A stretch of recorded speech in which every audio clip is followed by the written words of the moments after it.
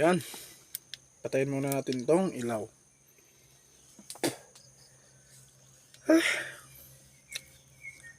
Hello mga kantar. Medyo masama-sama ang pakiramdam. Kaya hindi pa ako nakapunta sa ilog. Ngayon, nung isang araw may pumunta sa atin. Nagpapagawa ng kawil o hook. Yung ganito. Kawil ng ayan, sa bunog. Iwan ko sa inyo kung anong tawag nyo doon. Basta dito sa amin bunog. Yung maliliit lang na mas maliit pa dito. May malalaki naman pero karamihan talaga yung maliliit. So, yung ganito, yung mga ganitong size, maliliit lang. Pero masarap. Masarap paksiwin, sigang, gano'n. Ngayon, may nagawa na ako doon na ano ba yun?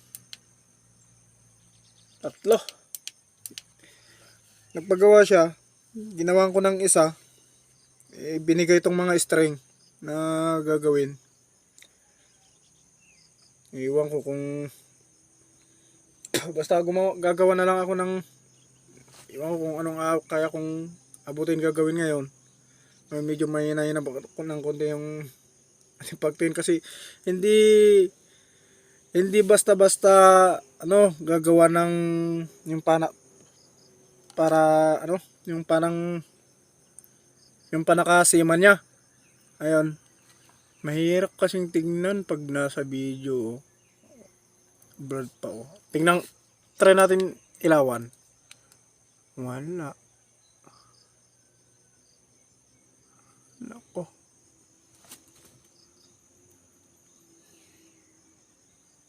Yan. Kita yan. Ganyan.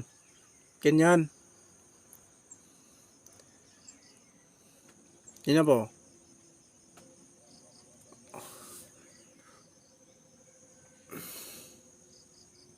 Kita ba? Di ata medyo blurred Nagbo-blur kasi nanginginig pa ang ating kamay.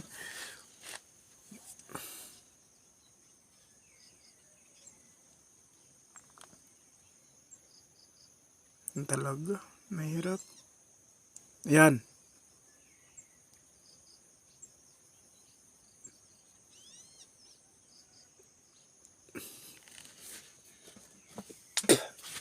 Hapon na kasi kaya kailangan kong ilawan. Kanina nakatulog ako. Ito kailangan kong simanto. Tsaka natin kiskisan. Ito kailangan natin ng ito yung garugad na garugad na flat. Yung malalaki. Tapos gagawin nyo dito sa sandarin nyo lang. Tapos pag sandar, lagay sa tubig, lagay sa tubig para hindi para kahit na kasi yung pag sinandar mo ang isang bagay na yung mga kutsilyo pag yun ay parang naluto sa wala, masisira yung panatalim niya. Kaya kailangan natin ng mga tubig para pag sandar mo ilagay mo sa tubig para hindi masisira. Yan. Asahin lang natin.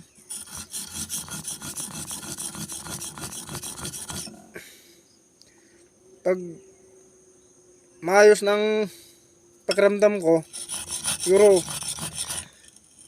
pupunta akong bukas. Titignan ko kung may huli. Sana.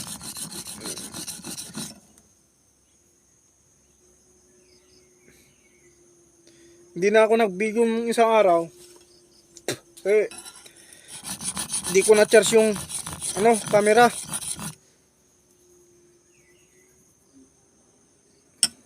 Kaya hindi ako nakapag-video. Tigas na ito. Asain.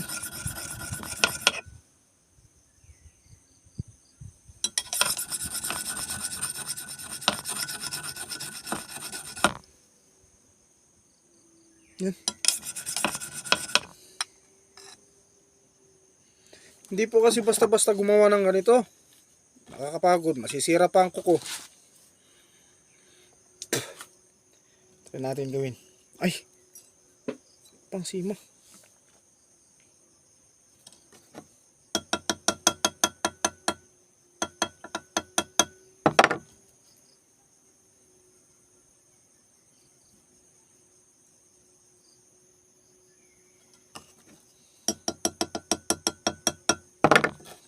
Yan.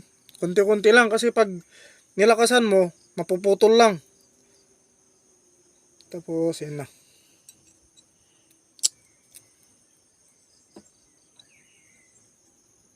Ko, pinapawisan ang kamay. Madulas.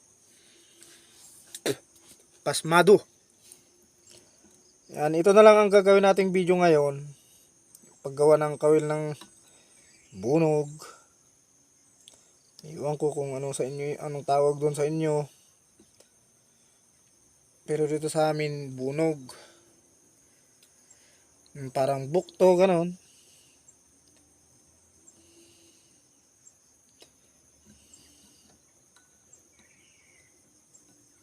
Ah, tigas.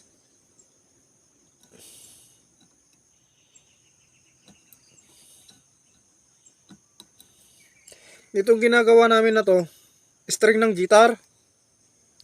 Number 6 yata siguro to. O number 5. Eh kung may mas malaki sanang string, para sa akin mas maganda yun. Mas matibay, mas madali pang gawin. Pag itong maliliit, nako, ang hirap. Hindi naman ako dating gumagawa nito, pero tinry ko lang. Ayun, medyo kaya naman. Ayun, nagpapagawa sila sa akin.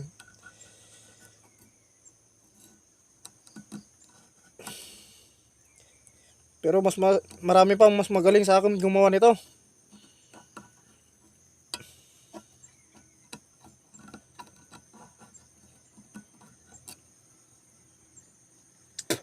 Nung una, practice lang ako ng practice hanggang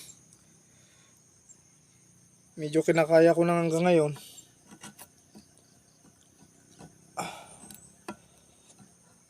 Isa. Aray ko, ang pangit ng pagkagawa ng sima. Ayun. Ayun. Pwede na.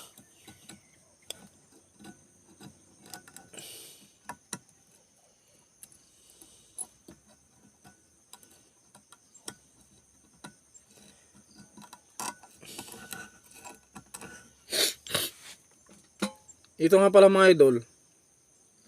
Hindi to pwede sa ano, tilapia. Kasi pag sa tilapia to,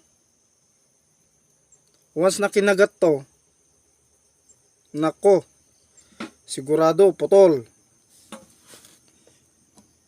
Kasi hindi to pang tilapia. Kapag yung sa tilapia, meron namang mabibili sa ano, palengke. Yung iwan ko kung anong size yun. Basta yung yung pinakamaliit, matibay na yun.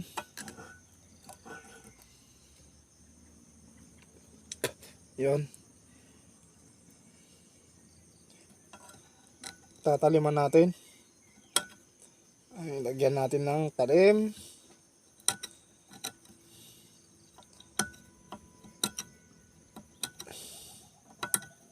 Nako, putol. Ayun, yun ang sinasabi ko.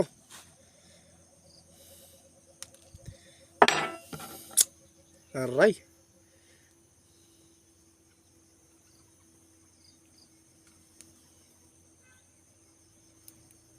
Meron pa naman tong isa.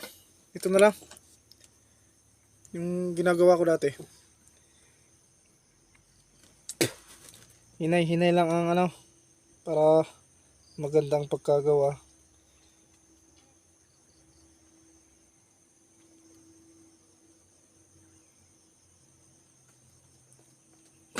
Yan.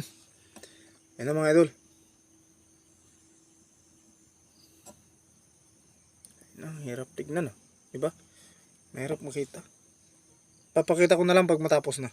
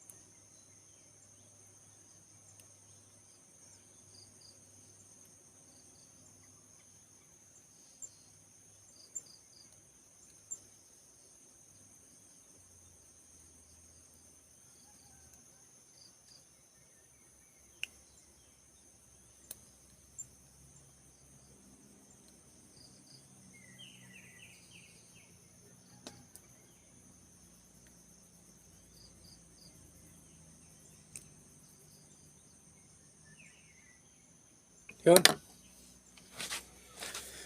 Yun na mga idol. Yun. Ganyan na siya. Tapos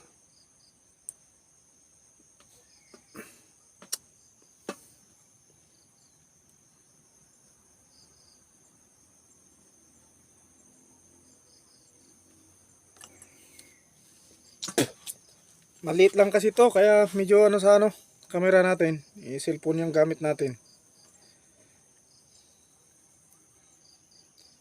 Ganyan yung paglalagyan ng tali.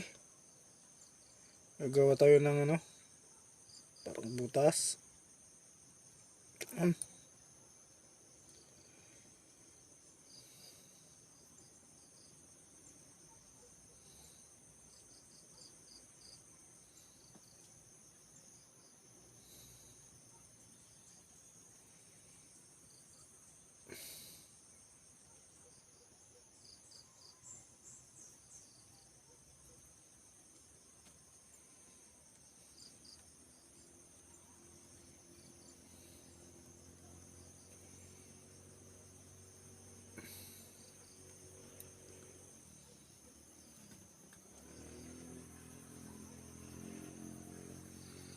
Yung mga viewers natin dyan na alam gumawa ng ganito, sana baka may tuturo kayong mas madaling paraan para makagawa ng ganito. Baka naman ituro nyo kung paano. Kasi ang hirap.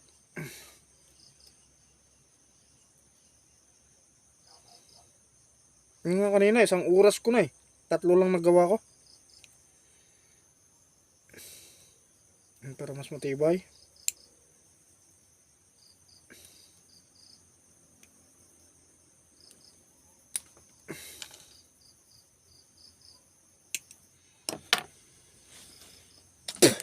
Ganito yung string nito.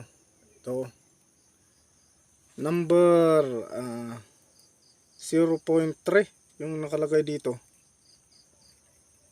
Maliit lang to na string yung gamit sa ano. Gamit sa paggawa ng bracelet. Yun.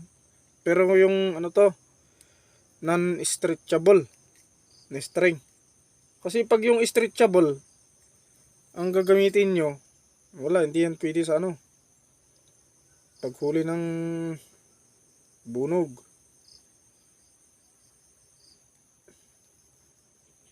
Kasi parang guma na yun nagusot pa.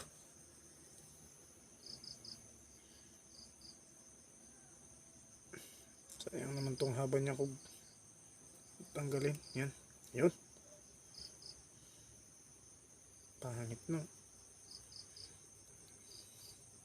Yun. Yun po. Yun. Pero hindi muna natin lalagyan to kasi wala tayong ano, yung bule. Yung bule kasi niluluto ulit yon. Para bang yung parang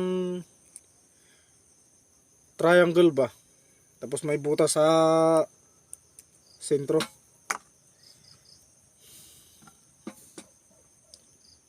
Para may lagay natin yung string. May ganito ako nandun lang sa taas sa kapitbahay natin. Pero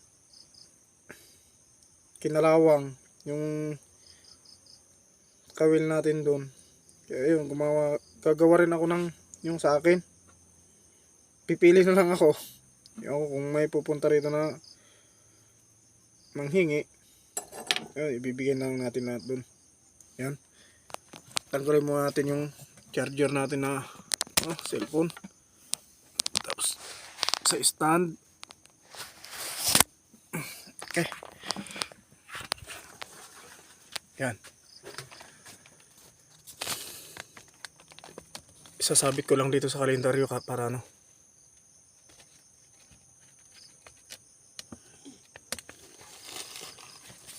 Okay. Ano po sila Yan. 4 na po yan. So mga hunter, Yun lang ang ginawa kong video ngayon. At sana maintindihan nyo. Lakas ng ilaw kasi. Siguro pag maayos na, mabuti-buti na ang pakiramdam natin bukas, pupunta ako. Tignan ko yung trap natin. Nung pumunta kasi ako, may siguro nagtaan ng kawel yung pumunta doon. Tapos tinignan, mahirap naman magsalita ng ano. Pero yung mga bato na nilagay kong ano para sa trap, tinanggal. Kaya yung ibang trap ko dun sa taas, tinanggal ko na, dinala ko na lang dito sa ano, mas malapit. Kasi mahirap na pag nawala. Kung buti na lang hindi nila kinuha na nila, wala tayong magagawa. So ayan mga kantor. At abangan na lang natin bukas. I-upload ko na pag kukunin ko yung i-charge ko yung ano, camera natin. Tignan ko yung ano, trap bukas. Sana may huli. Yun lang mga kantor, at salamat sa inyong panonood. Yun lang ang ginawa natin na video. Paggawa ng kawil ng ano, bunog. Yung maliliit na isda. Yun mga kantor. Salamat sa inyong panonood. At paki-like, subscribe na din po sa mga viewers natin dyan na iba. Para mas dadami yung viewers natin. Tsaka paki-share na lang po yung channel natin. Siguro kailangan nating yung tawag doon. Basta sa ibang araw ko na lang papaliwanag. At yun lang po mga hunter, at maraming salamat at God bless you all. Thank you.